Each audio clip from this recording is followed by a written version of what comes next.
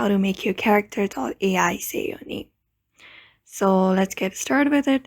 But before that, make sure to like and subscribe the video. So let's begin. What you need to do is open your browser and type character.ai, and this interface will appear in your screen. So right over here, you can do it with the existing character on your account.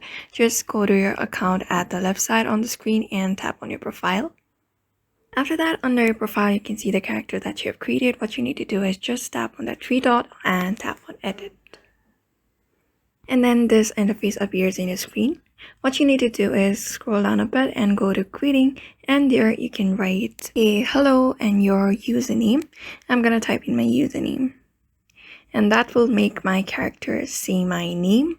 After writing the greetings, you just need to scroll down a bit and then tap on save changes.